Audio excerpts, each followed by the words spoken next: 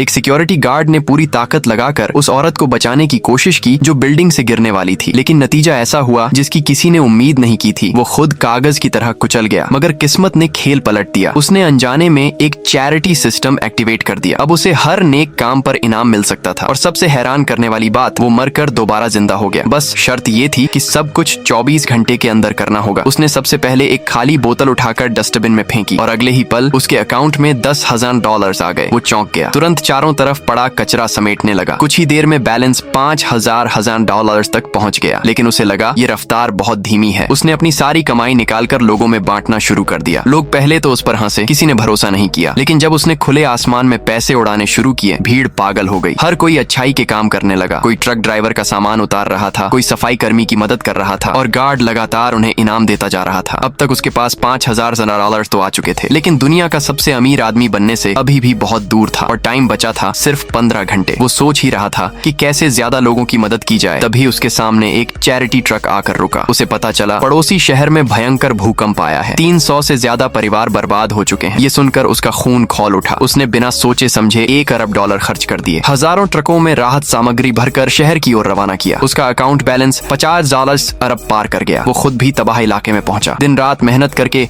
20 लाख लोगों को मुश्किल से निकाला। बैलेंस अब 500 अरब से भी ऊपर था। फिर उसने जो किया, उससे सबकी सांसें थम गईं। उसने तय किया इन 20 लाख लोगों के लिए नए घर बनाएगा, हर परिवार के लिए एक शानदार विला। उसकी दौलत देखकर चैरिटी की मैनेजर तक बेहोश हो गई।